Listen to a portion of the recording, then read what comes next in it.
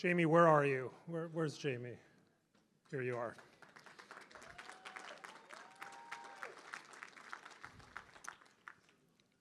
Somebody once said that the role of a great revolutionary is to be the angel in the whirlwind directing the storm. I think it was said about Lenin. But it's the line that I like to think of when I think of Jamie Kabler.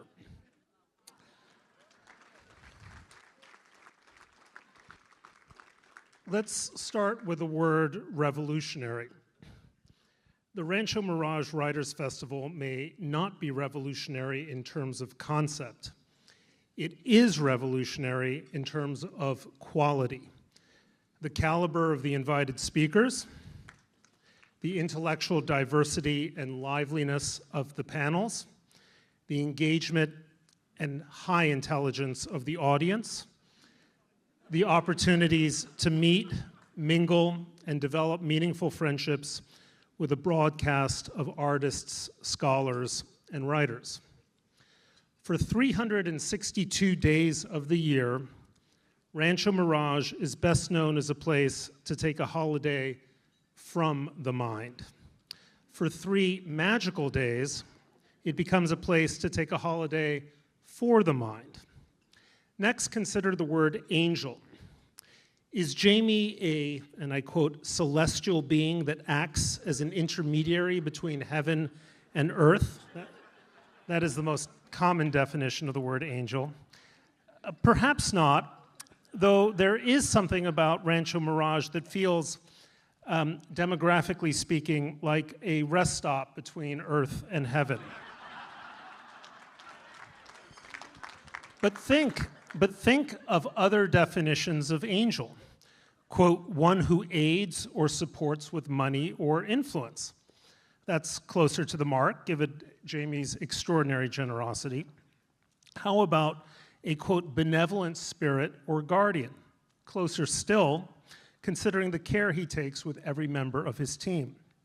Finally, quote, someone who is very good, helpful, or kind. That is Jamie, a man for whom decency and attentiveness are at the core of his every personal interaction. What about the word whirlwind? I didn't notice it the first time I came to this festival more than 10 years ago, or even the second. But then I started to get a clearer picture of what it takes to orchestrate an event on this scale. Speakers selected and invitations issued more than a year in advance, negotiations and logistics and legalities, big dinners like this one, smaller dinners, after parties, seating charts, dinner speakers, and warm-up acts. That's me. And then there is the management of egos. As the festival has gotten bigger, better, more famous, more desirable, invitations to it have become that much more sought after, and a failure to get invited back that much more devastating. How does Jamie manage this dating game with all these legends, to say nothing of legends in their own minds? Which brings us to directing the storm. Billy Wilder once said that a director, quote, must be a policeman, a midwife, a psychoanalyst, a sycophant, and a bastard. In the case of Jamie's directorship at the festival, I would add financier, impresario, intellectual, host, close reader, breakfast and dinner companion, the guy cracking up in the front row, and if someone is late to the airport and desperately needs a ride, the chauffeur, another service you've provided me once or twice, Jamie. And one more thing I would add to this list, curator. Like a great museum, the festival is meant to have many galleries while maintaining an overall unity of tone and theme. It cannot just be a series of speeches and panels, it has to be a complete experience. It must be something greater than the sum of its parts. A master curator needs to keep an eye on the smallest details while never losing sight of how they fit into the whole. How does anyone do all of this at once. Jamie is the kind of person who would answer with a lot of help from my friends, which is true. It's also surely right, the help would not have come if his friends didn't admire, trust, and love him. There are a lot of angels in this room tonight, but I hope we can all raise a salute, and I may introduce our angel-in-chief, Jamie Kabler.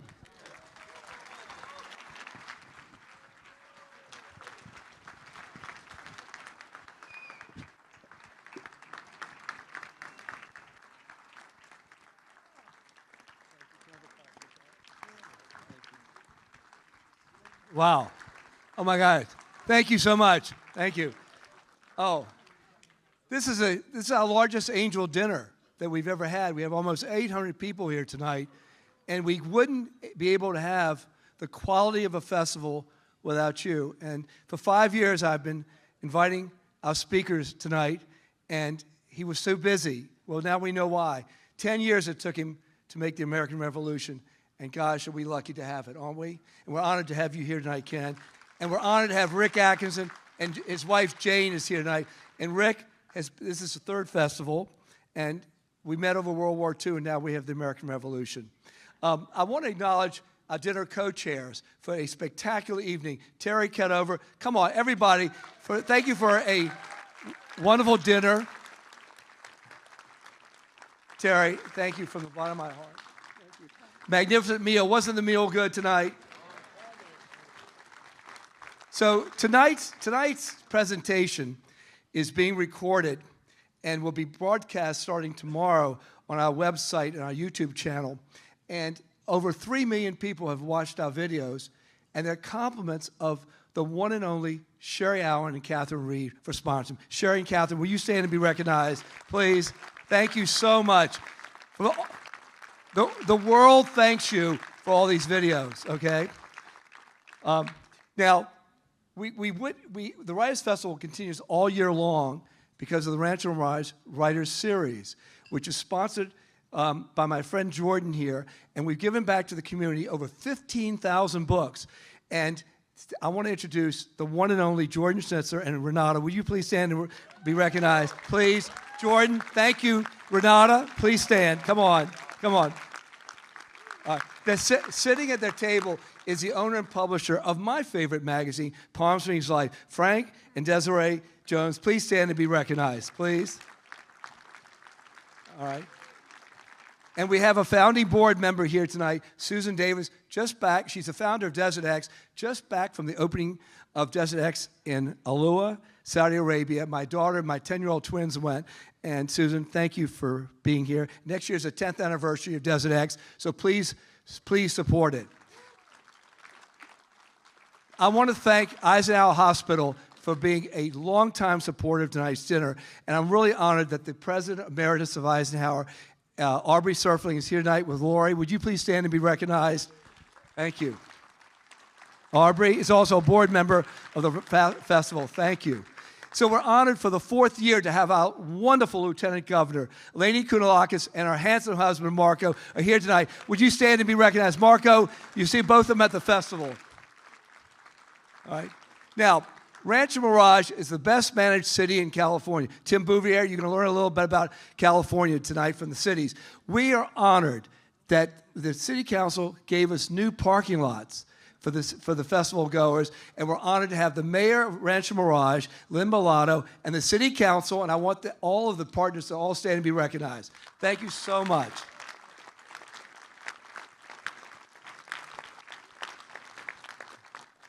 So my partner, Helene Galen, is home tonight, couldn't be here, but her daughters are here, and I want to really thank them from the bottom of my heart for continuing support of the festival. Is Nancy and Dory and Charles and Katie Gale and her granddaughter. We all stand and be recognized, please.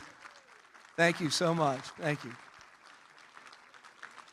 So I'm really honored that my daughter Elizabeth and my son Johan Sorensen come every year from England to kick off the festival with a journalist luncheon at her family home, Sunnylands. Elizabeth and Johan, would you stand and be recognized, please? Thank you. I want to acknowledge one of the great friends of the festival, longtime presidential scholar, and it's Douglas Brinkley. Doug, will you stand and be recognized? Thank you. Thank you. So we have a hero of mine. His first time for the festival is Lieutenant General Honoré, the savior of New Orleans. Will you please stand and be recognized? Hey, General. Thank you. Thank you. I have to recognize really one of my favorite people. He's coming back for his third year. Is Admiral Bill McCraven with his wife Georgianne, his daughter Kelly. Will you all stand and be recognized? Now, Angels. Tomorrow morning, Admiral McCraven kicks off the festival at 8:30. Please get there on time, okay? You do not want to miss a word of his talk. It's the most memorable talk that you will hear. Now, I'm very honored tonight. We have a special guest. We have the creator of Bosch and the creator of Lincoln Lawyer, one of my favorite writers, Michael Connelly, tonight with Harry Bosch, Titus Welliver. Will you stand to be recognized, please?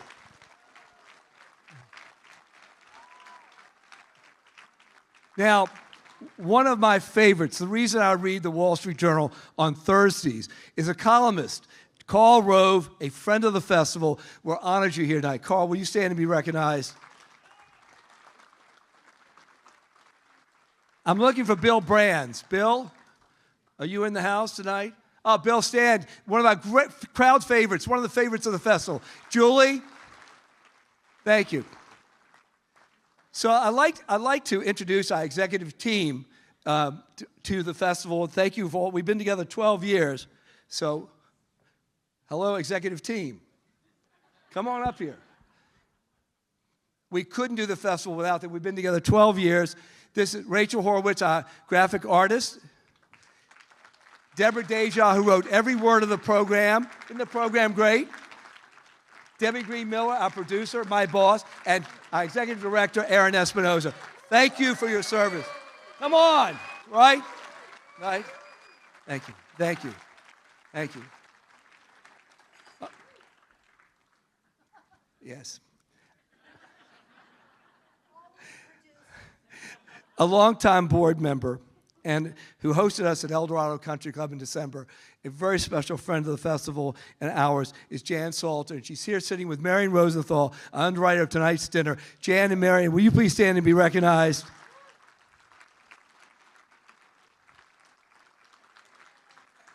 And I'd like to introduce you to our advisor on security. We have very good security at the festival because of the Honorable Miles Berger, who's here tonight with his lady, Harriet Hochman, whose son, Nathan, is the new district attorney of Los Angeles and is accepted our invitation to speak next year. Harriet and Miles, will you stand? Be recognized? All right. So angels, you will be invited to a spectacular party on April 7th at one of the greatest homes in the desert. I call it the Sunnylands of Bighorn. I want to introduce you to Bob and Wendy Goodfriend, our host. Bob and Wendy, will you stand and be recognized, please? Thank you so much for your generosity. All right. So everyone's asked me, how do we support Ken Burns in his wonderful documentaries? I say, join me in becoming a member of the Better Angels Society. It will help, and it will get him back here. We need Ken Burns absolutely in our life. He's a national treasure. So I want to direct your attention to the introductory video, and thank you, Ken and Rick, for tonight. What's your best pitch? My best pitch is a strike. A sinking fastball, which you grip like this, so you get only 2 seams into it, and then if you turn your hand a little bit like this, it comes out, the wind pushes here, forces it down and away from a right-handed hitter. Thereby, he thinks it's a good pitch. The last minute it sinks. He hits the top half of the ball, and he hits a ground ball to Burleson. Burleson picks it up, throws it to Yastrzemski, 1 away. See, the city is fundamentally a practical utilitarian invention. It always was. And suddenly you see this steel poetry sticking there. It's a shock. It puts everything to shame, and it makes you wonder what else we could have done that was so marvelous. And so unpresumptuous. It carries its weights. It does what it's supposed to do. And yet, I mean, they could have built another Manhattan Bridge, couldn't they? And he didn't. He really aspired to do something gorgeous. So it makes you feel that maybe you too could add something that would last and be beautiful. I can't remember any Saturday night that I went anywhere that we didn't talk about killing Huey Long. It didn't mean you meant to do it. It just meant that you wished that there was some way to rid the state of this incubus. Most people couldn't even leave their bunks anymore. They said, everybody out, we are going to march. If you are staying, we are going to lock up the barracks and burn everything down. And my mother was so weak and it was so cold, and I said, let's just stay. We fell asleep, and they must have called out again, out, and we didn't hear that. When we woke up, there were no shouting, no dogs. It was very, very empty. And then I see at the gate a huge creature with icicles hanging down his face and all fur. And so from the distance we thought it was a bear.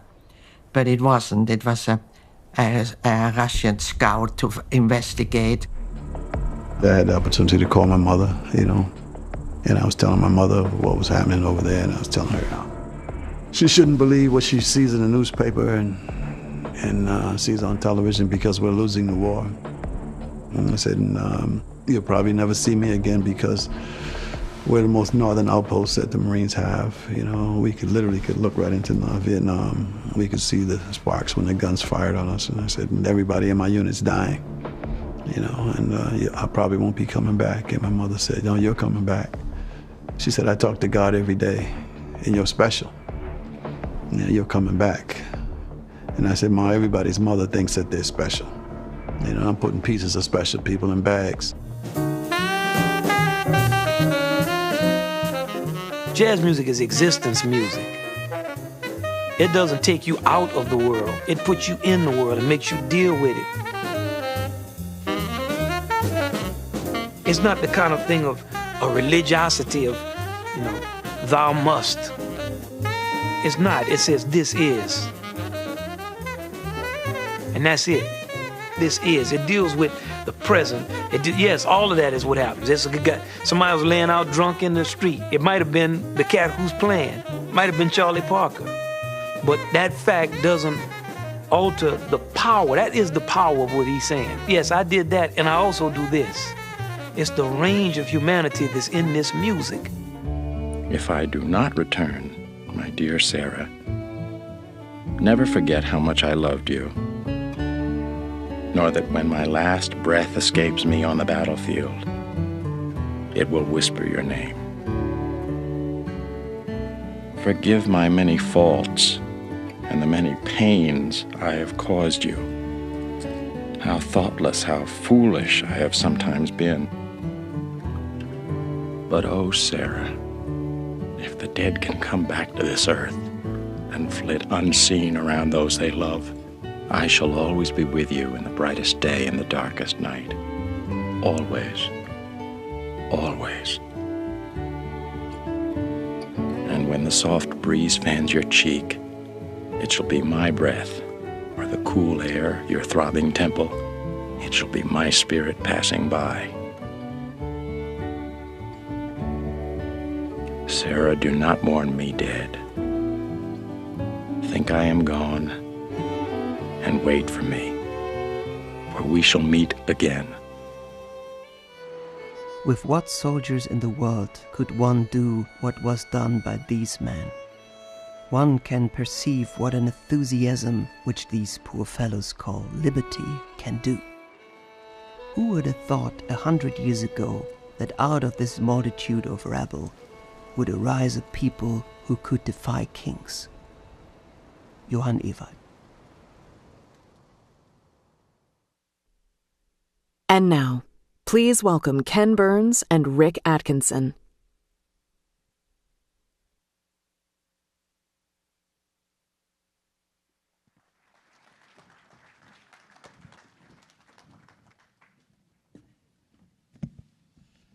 Thank you, Jamie. Thanks to you and your team for just another extraordinary production. pretty angelic crowd, don't you think, Ken? Very much. Yeah. What did you think of that definition by Billy Wilder of director? It really hit right at home, you know. I'm also would like to add that the Better Angels Society that Jamie was mentioning, it comes from the last line of one of the most beautiful sentences ever constructed in the English language, which is the last sentence of the first inaugural of Abraham Lincoln, where he's pleading to the mostly Southerners in the audience not to secede. We must not be enemies. We must be friends. Though passion may have strained, it must not break our bonds of affection. And then he went on in this last sentence, the mystic cords of memory stretching from every battlefield and patriot grave to every living heart and hearthstone all over this broad land will yet swell the chorus of the Union when again touched, as surely they will be, by the better angels of our nature. There's one more definition, Brett, to add to that. And speaking of angels, we just lost a couple of weeks ago Eva Geiringer, who you saw escaped with her mother from Auschwitz. She was in Amsterdam, friends with Anne Frank, who was also carted off. Anne Frank's father, Otto, survived. Of course, Margot, her older sister, and her mother perished. They were all boarded up by the Russians and sent to Odessa, and finally made it back to Marseille and then to Amsterdam. And Otto was just bent with grief, and eventually Otto married Eva Geiringer's mother, and she became Eva Geiringer Frank.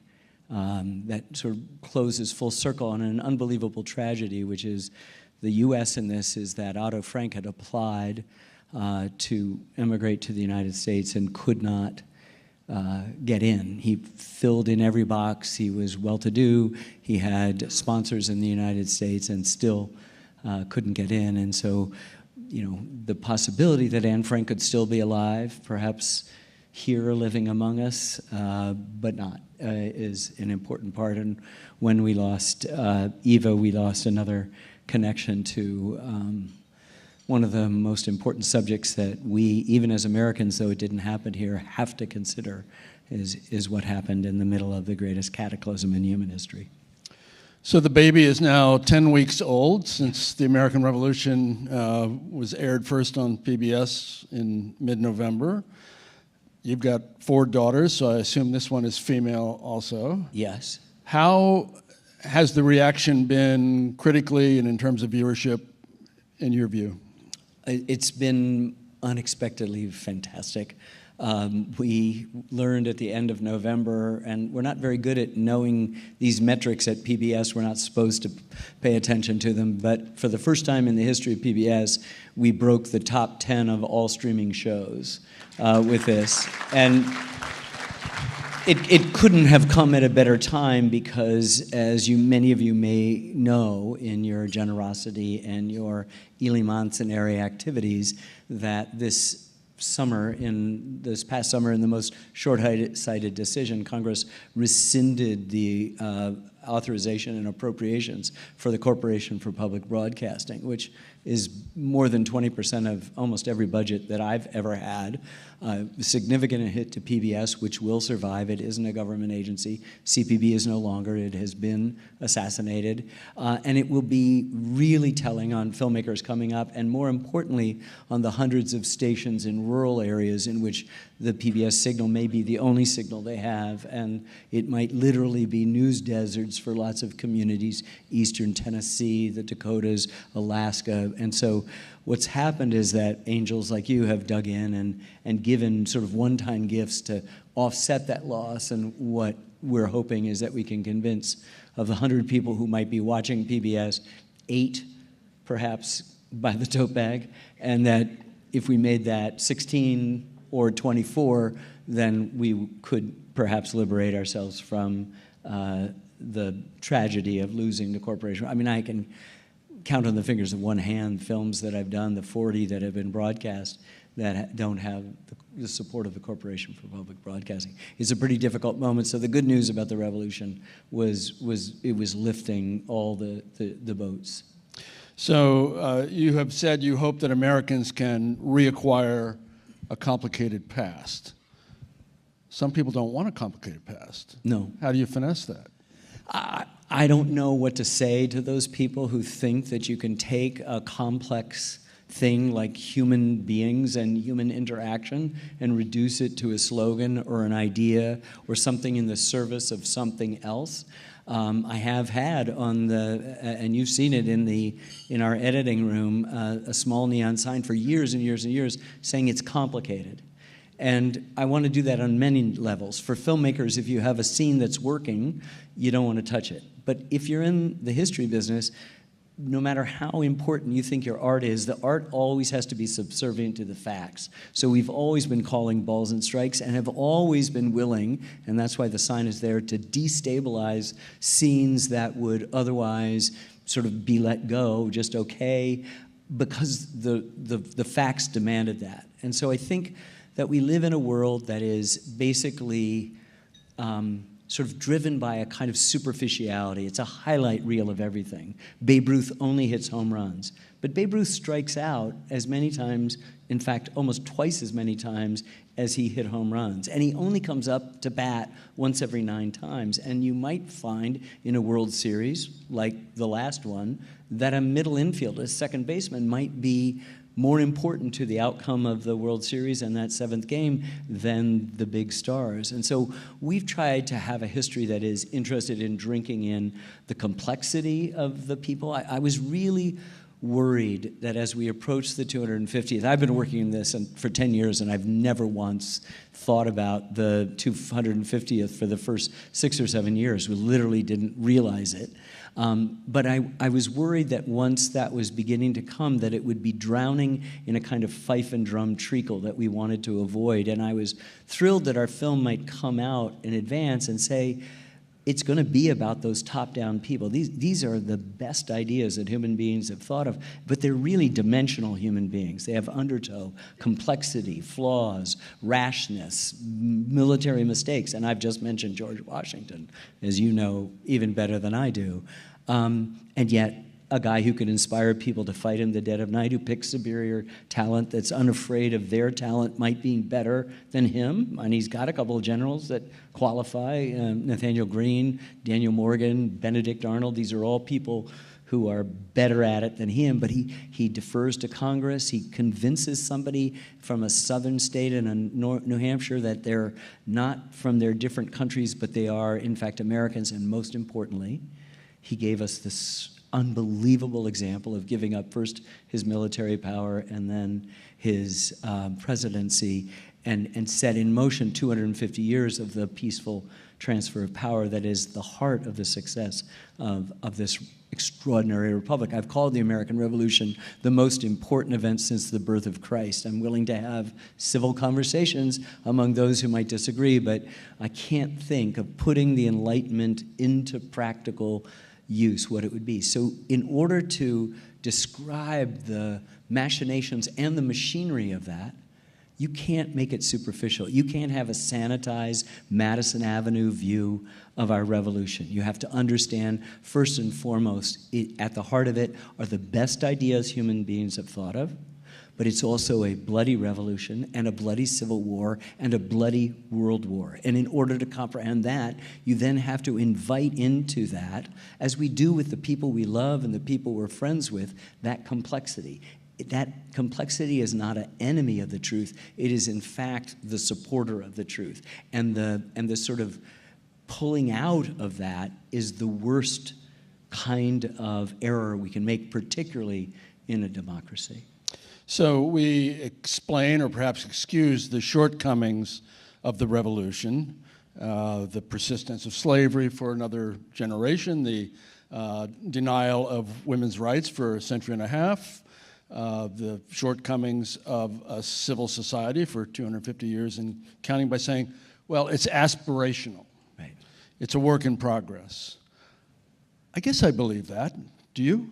Yeah, I do. I think that's part of the beauty of it, in a way. It is really messy. There are casualties to this war, and significant casualties.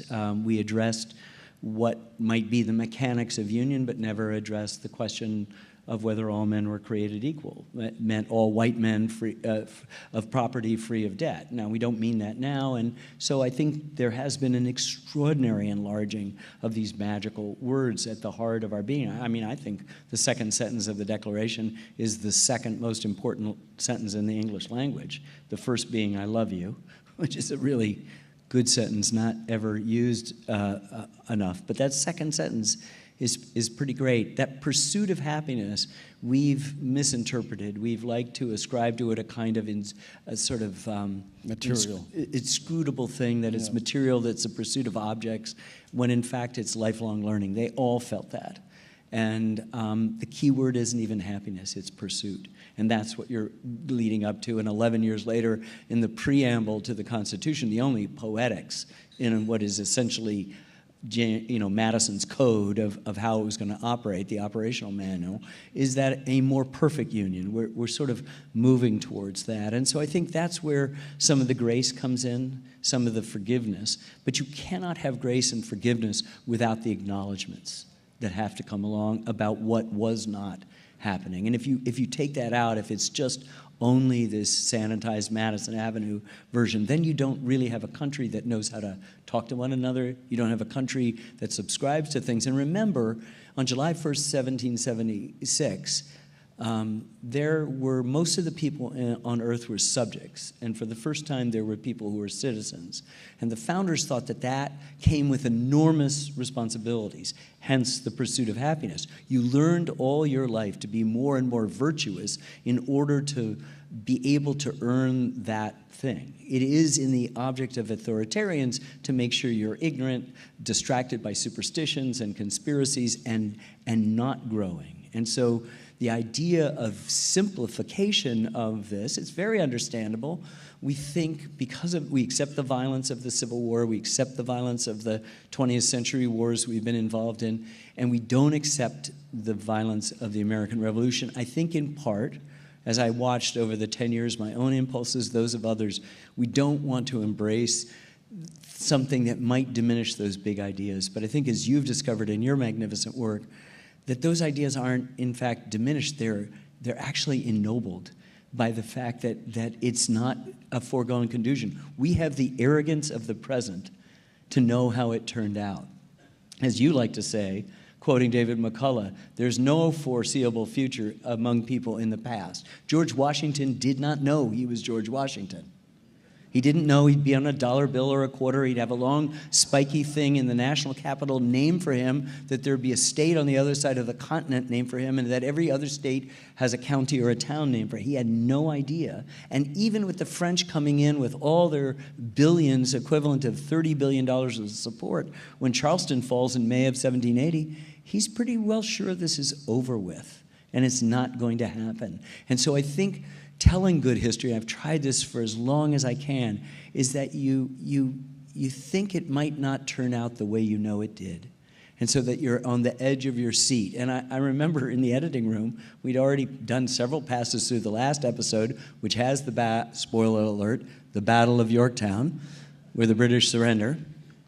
But when Charleston falls, I really felt it one screening. I think you were with it. I thought, oh, we may not do this, And that's the kind of mindset you want to be. But you can only do that if it isn't just solely these bold-faced names in Philadelphia thinking great thoughts, but it has half the population who are active, involved in every battle, accompanying every army, that are back at home running businesses and farms, who will not have a voice for 144 years since that July 4th date.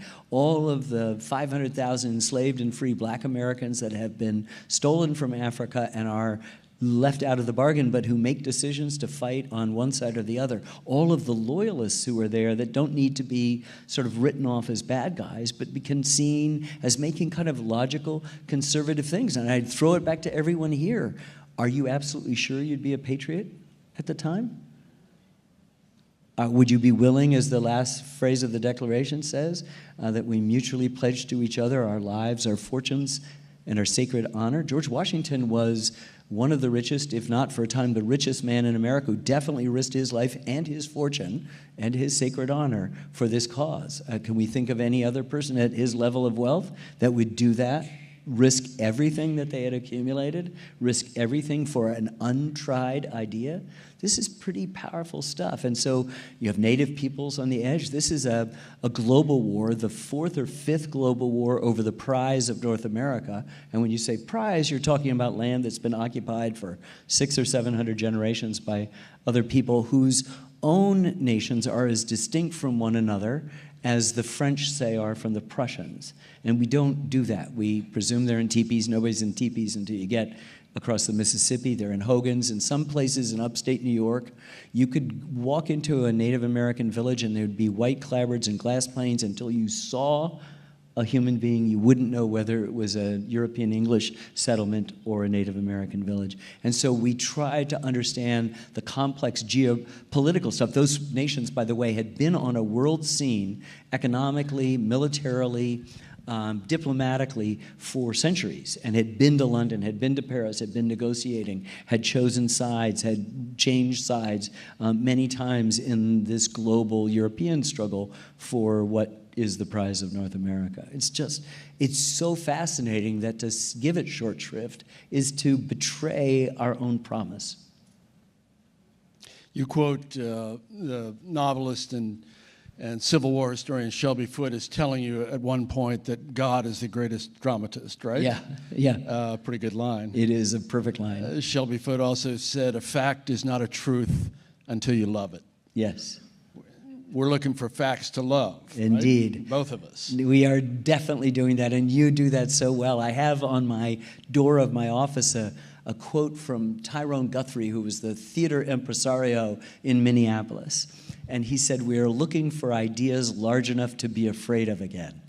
And I always thought that that was part of it. And to append to Shelby's thing, I'd add Daniel Patrick Moynihan saying everybody's entitled to their own opinions, but not to their own set of facts. And too often in the abbreviated sort of superficiality of the media world that feels it can review a book it's never read or a film it's never seen, that somehow we've permitted opinion to sort of overshadow fact. And you and I both are held ourselves and are held by other forces to the high standards that it has to meet. And in fact, as you know, we lock our film, meaning you're not going to edit anymore, so that the sound editors can take the 8 or 9 tracks and make 80 or 90 tracks. And if you can imagine, if you've got 80 or 90 tracks and you change one frame, you have to change it on all of them. So the digital world, it's a little bit easier than analog, but it really pisses the sound editors off. We unlocked the revolution 100 times. We learned a fact. We had footnotes that couple of scholars had believed that whatever it was, 16 ships or 16 dead or 16 months was the phrase, and we had 2 scholars, and then we read someone else who wasn't quite sure that it was 16. So we searched the database of all of the narrator, in this case Peter Coyote's words, and found a perhaps, and copied it, and unlocked the film and moved it in front of 16, and then woke up, and I remember calling my co-director Sarah Botstein in the morning. I said, I finally slept well. She goes, me too. And that was over a perhaps, which even the author of the concern about it would not have bothered to make a peep. But we didn't feel complete unless that I was dotted and that T crossed. So let's take a deeper dive into the American Revolution. Between the two of us, we've been working at it for 22 years. Yep. And we both spent a lot of time thinking about the British Empire of the 18th century. Do you detect similarities with the American Empire of the 21st century? Do you hear historical rhymes, as Mark Twain may or may not have said? Right. So we do. We have this kind of casual idea of saying that history repeats itself. It does not. No event has ever happened twice. Sometimes we invoke George Santayana. It's most contributed to him that we're condemned to repeat what we don't remember. It's a lovely kind of lesson-like thing, but it has no real objective thing. The Old Testament says in Ecclesiastes, what has been will be again, what has been done will be done again. There's nothing new under the sun. That suggests that human nature doesn't change, and that human nature is superimposed on this seemingly random chaos of events. I say seemingly because our own apparatus might not be fine enough, or we haven't developed it enough to know what the patterns are. And we see some echoes, we see themes, we see, as Mark Twain is supposed to have said, the rhymes of history. I have not made a film from the Brooklyn Bridge to the Revolution that isn't always rhyming. That Huey Long film, if you guys want to go try to find it, which I think you can do pretty easily, it will rhyme in every sentence, which it rhymed in no sentences when I made the film. And the Revolution, you know, depending on when it came out, we were all looking at it and fussing over it. You were in the editing room. Rick, by the way, is the opening talking head that you see in the film and the closing one, and it's no accident. It's an accident of our editing, but as we step back and look at it, it's no accident that someone who has invested his life in this story as passionately and as in such greater detail than I could ever do would end up with that sort of prize pole position in the beginning of episode 1 and the end of episode 6. But it is an amazing story to comprehend and to try to get your head around and to celebrate. The echoes and the rhymes are so complete. And if our film had come out in 2024, a year before, which was not impossible, there is a moment in episode 4 when the daughter of the wife of the German general who is fighting with Burgoyne at Saratoga, the Baroness Riedesel, comes across. She's stayed behind because she's born her third daughter, and they make the perilous crossing. But she's worried because she's heard that Americans eat cats. Now, when we're editing in the fall of 2024, eating cats in October had a significant experience. And I just said, no one will notice in 2025. And no one has said anything about it. And yet, there are other rhymes I that are noticed you going didn't have on. the beef tonight. I have had 6 conversations today since I've arrived about Minneapolis and standing armies and Boston and standing armies and the accidental or on purpose or whatever killing of American civilians in the course of a police and not a protective action. And there's a failed invasion of Canada, you might remember from your study. This is the semi-quincentennial of our invasion of Canada. It didn't go well. It did not go well. There is a continent-wide pandemic, maybe pandemics, that kills way more people than die in battle. And there is a huge debate over inoculating Continental soldiers. And in fact, Joe Ellis, a great scholar of this period, I hope you would agree, believes that perhaps the great military decision that Washington made, above all the others, including the mistakes, is the inoculation of the Continental Army against at that time against smallpox. Yeah. I mean, there are many other diseases, typhus, particularly dysentery, but smallpox was the great scourge of the Revolution.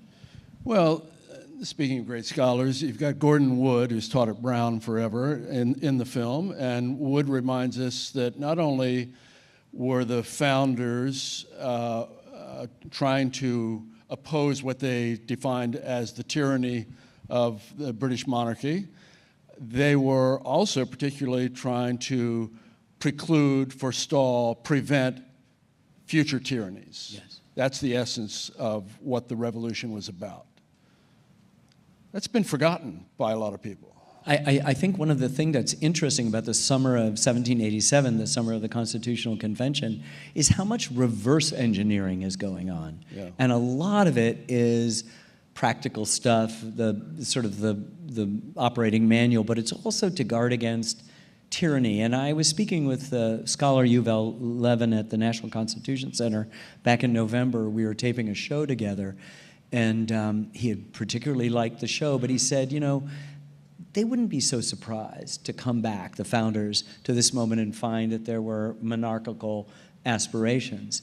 They would be devastated that Article 1, which is the Congress, the legislative, had abdicated so much of their power. They assumed that the executive would be a manager carrying out the wishes of the Congress, the legislation that the people's House had passed, and that abdication would to them be a real failure. And I think they'd go back to their own drawing boards and say, what did we miss? How did that happen. I think that would be a major sort of anxiety if the founders were to en masse sort of arrive and look around. I think they'd be pretty pleased at the progress. What I think's so interesting, and I believe you agree with me, and if you don't, please say so, that one of the more moving things to me about this story, and it is so immensely moving at so many different levels, is that they're thinking about us.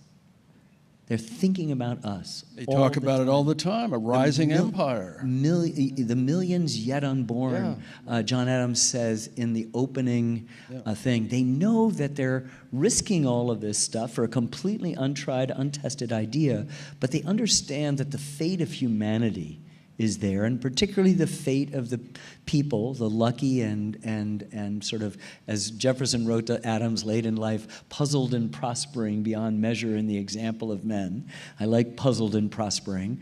That they were thinking about us. And well, I would rather have Rick recapitulate his swan song by telling what our responsibility is in the face of all that they sacrificed for us, what we do, as you say at the end of the film.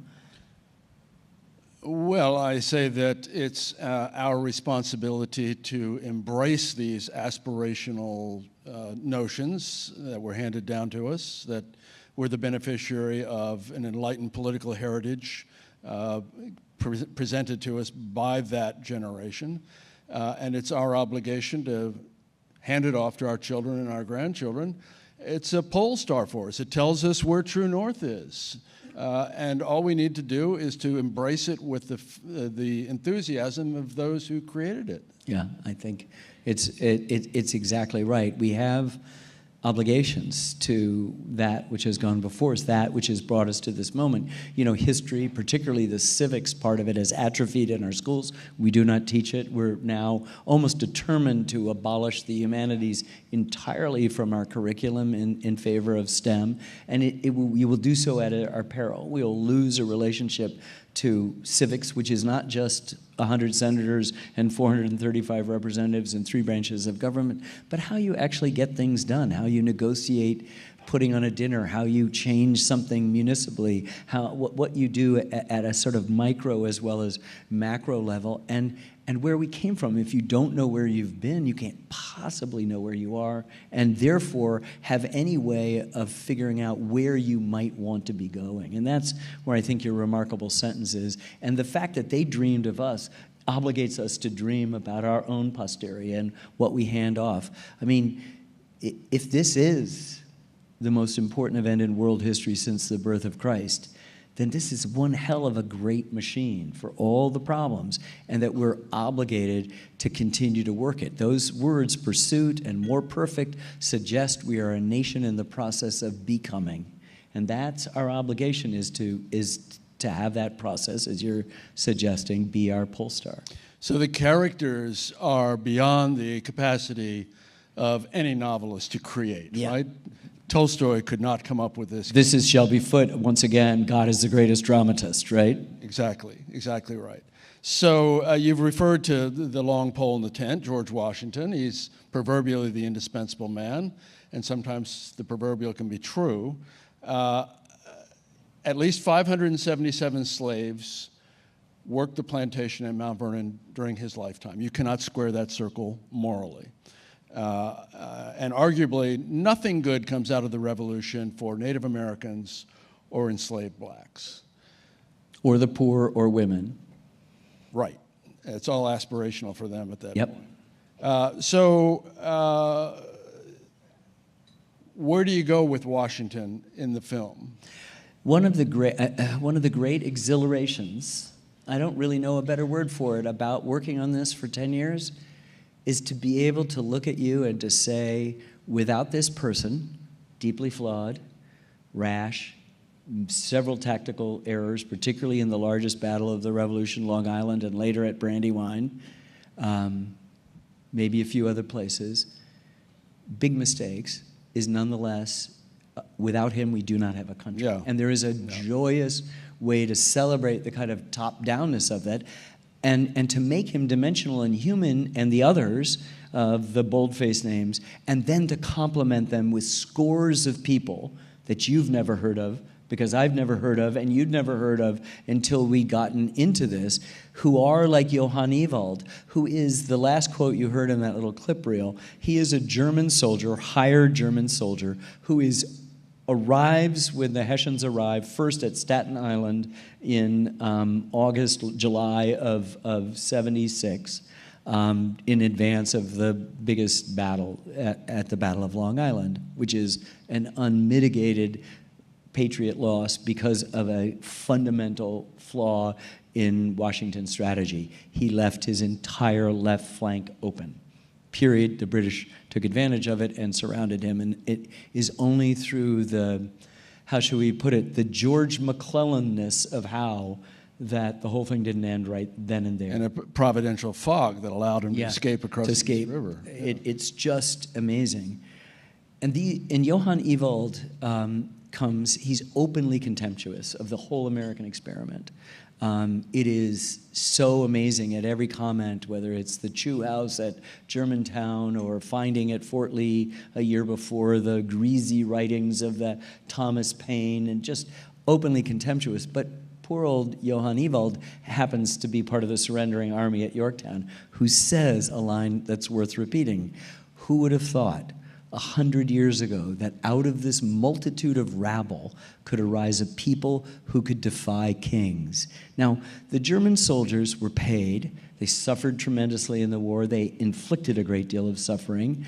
Many died. Many died of disease. Many deserted and blended into German-speaking communities in New Jersey and Pennsylvania and elsewhere in the fledgling republic. Those that did survive and went home, many of them came back, bringing their families to settle in the new Eden that they had once spent a long time trying to make sure would not be the United States of America. It's a very moving part of this dynamic. And so what we felt is that we would introduce you, like Johann Ewald, to literally scores and scores of other people who were part of this. Some of them are teenage soldiers. John Greenwood, who is 14 when he joins a Patriot militia outside of Boston.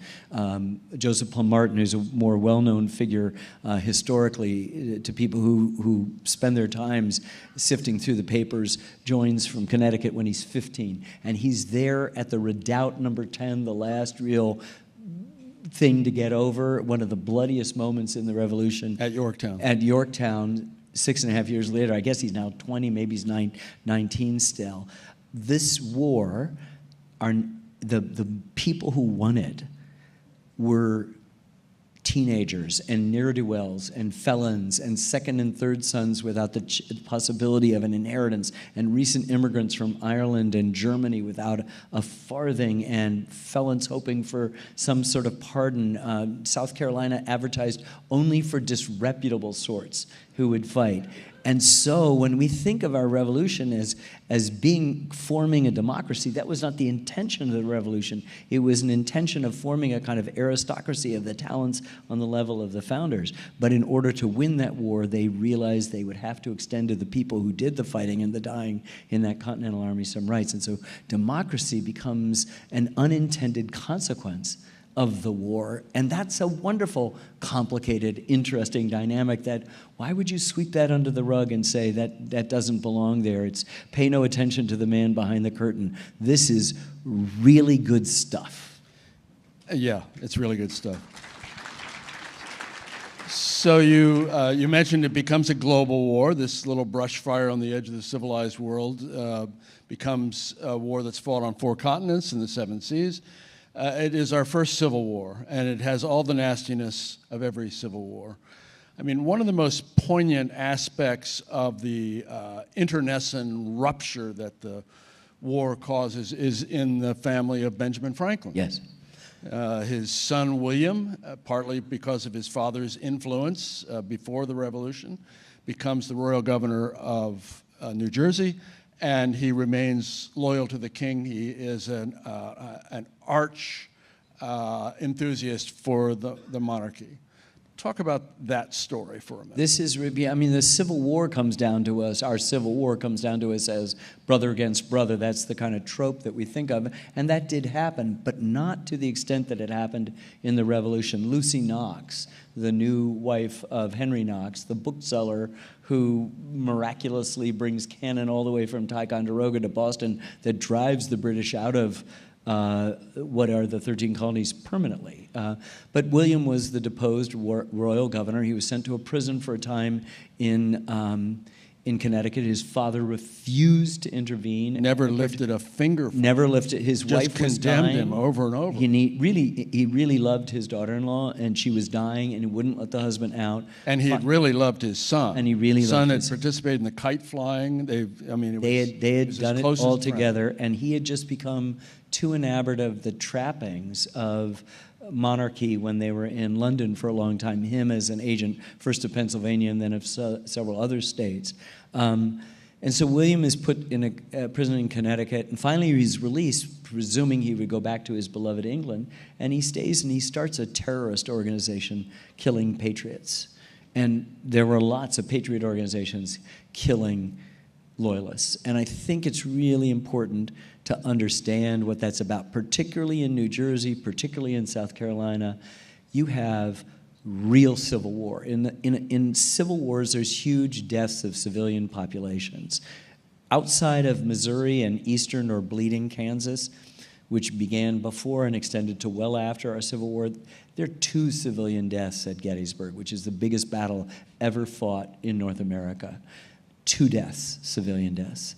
It is more a sectional war, but our revolution is a civil war, and it is Lucy Knox loses her father, her mother, her brother, and her sisters to the Loyalist cause, and she goes with her husband. They all emigrate. They all emigrated. Brothers out. of British Army. And lose. This is happening everywhere, in every town.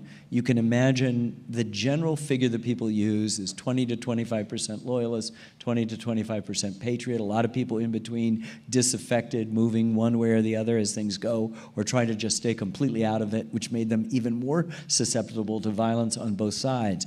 But in any given town, that equation could be turned upside down. You could have a loyalist town in which the patriots are murdered. You could have a patriot town in which the loyalists are murdered. We follow a loyalist who is driven out of his Vermont, not yet a state, farm, and he goes to Canada, and finally his own family, his wife and small children, are driven out. She somehow makes it in winter to Lake Champlain, where a British boat picks her up. She's reunited. He starts and this is really, to me, almost the heart of this story. There are 2 really intimate details that if you only want that sanitized version, you'd never get. So John Peters is his name. He forms a loyalist regiment in Quebec. His 15-year-old son joins him. He finds himself at the Battle of Bennington, which is a losing battle for the British and the Loyalists. He's manning a redoubt, and he hears a voice say, "Peters, you damn Tory." It is his best friend growing up in New Haven, Jeremiah Post, whose bayonet goes into Peters and is deflected by the rib cage, at which point Peters says one of the most telling lines of the Revolution, "I was obliged to destroy him." And he shoots him dead with his pistol. So that is the American Revolution. And then there's another one. We discovered Roger Lamb, this extraordinary Irish soldier, diarist, who not only writes, but he draws little pictures, little watercolor pictures. So he's kind of like Leonardo da Vinci, illustrating his manuscript as he goes along. And he's at Saratoga, and after it's pretty clear, after the 2 main battles that comprise it, that the British are going to lose, negotiations are going on, but the British finds itself on the north side of a tributary that's leading into the Hudson, and the Americans find themselves on the south side, and as troops no longer fighting are wont to do, they're hurling insults at each other and conversations, and things are going back and forth. They are, remember, just a few years before, citizens of the same empire. And at one point, Roger Lamb notices an Irishman named Maguire suddenly gets up, runs down to the river, jumps into the river, and swims to midstream, while on the other side, an American does the same thing. And as he says in his Irish accent, they were two brothers. And they hadn't seen each other and hadn't known that they had been in the business of attempting to destroy each other. And that is the American Revolution as well. And all of these intimate stories, Betsy Ambler, 10 years old when the war begins, is from Yorktown, and she spends most of the war as a refugee. We don't think of Americans in the Revolution as refugees traveling all over the Virginia to stay out of the hands. And a sister is born during this time, another sister, and his father calls her his only independent child because she was born after July 4th. But when the war was over, they could never go back to Yorktown. It was completely destroyed. The sister admitted to Betsy that she didn't really remember what had happened. So Betsy sat down and wrote this extraordinary memoir we were able to get, and I think the cast of the first-person voices of this is worth noting. We got Maya Hawke, the daughter of Ethan Hawke, to read. Ethan reads Mad, Anthony Wayne, and other characters in the film, and Joe Morton and Ed Norton and Meryl Streep and Morgan Freeman and Samuel L. Jackson and Josh Brolin and Tom Hanks and Meryl Streep and Laura Linney and Claire Danes and Sir Kenneth Branagh and Domhnall Gleeson and Tobias Menzies and Matthew Rhys. I've gone through a quarter of the voices. Bring to life off camera the people that will belie this idea that somehow for the United States to continue, we have to have this simplistic version of what our past is. So the poet and the Librarian of Congress, Archibald MacLeish, said that democracy is never a thing done. Democracy is always something a people must be doing. Doing. It's an active verb. I could not agree more, and I think that's where we get ourselves in trouble, mainly because we are in, there's a kind of respiration to history. They're not patterns, they're not cycles, but you see that things happen. You look at the history of Congress, and sometimes they're activists, sometimes they're pausing, and they are acted upon, you know, with this sort of managers and sort of progressives and things like that. We get into trouble when we permit that notion of MacLeish's kind of atrophy, that realize that, I mean, all the cliches of vigilance really obtain, and that I think the revolution reminds you of just how fragile it was. I mean, at Lexington Green on April 19, 1775, the odds of success are zero, right? Zero. 8 dead, 10 wounded. It's a massacre, and it's not looking good for the home team. And 6.5 years later, after Joseph Plum Martin and black soldiers under the direction of Lafayette and Alexander Hamilton take Redoubt Number 10, really horrible place. People are begging to be killed. The wounds are so bad that 6.5 years later, it's 100%. So you've said that you're an optimist, but you've never been as pessimistic as you are now. Am I quoting you correctly, Ken? Yeah, pretty much. I think this is the most, I think we're really in uncharted territories. You know, there are historical precedents. People ask me that, what are the precedents? And I will point to Huey Long, but that's at a statewide level. Louisiana is an extremely poor state. He is both the governor and the senator at the same time, which is not allowed. He is going to run for president. He is assassinated by the son-in-law, we think. He's assassinated by the son-in-law of a judge that he gerrymandered out of a job. I mean, had basically fired and made sure that, and in the Depression, the state was the only source of cash. Everything else was barter, and Louisiana was as thread end of anything. And other things are Louis XIV. You know, we have other kinds of things. But I think I have a faith, because history does this, a faith in the ultimate judgment of the American people. And I don't hesitate. I'm not Chicken Little. I think too many of us, we have the arrogance that because we're alive in the present, we know what happened before. There's an arrogance we assume over the people that came before us, and yet that translates into a kind of terror about what might go forward, when in fact we're a decent people, and our instincts, I think, are with what these people were trying to do, with the idea of sacrifice for one another. So with this, admittedly dark pessimism, go Patriots.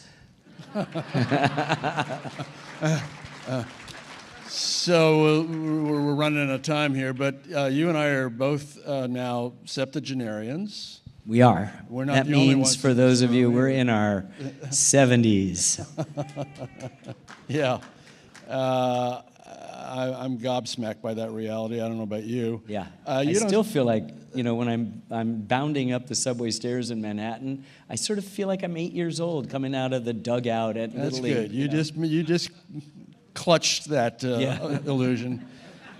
What did Toby Keith? Don't let the old man in.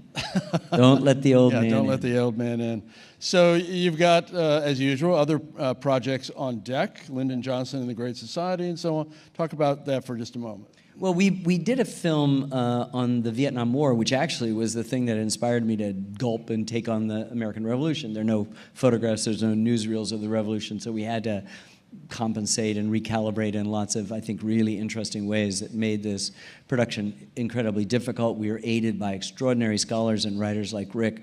About 24 of us, 18 of some were on camera, but the rest came, and I think they were surprised at our corrigibility, the process that we listened. Yeah.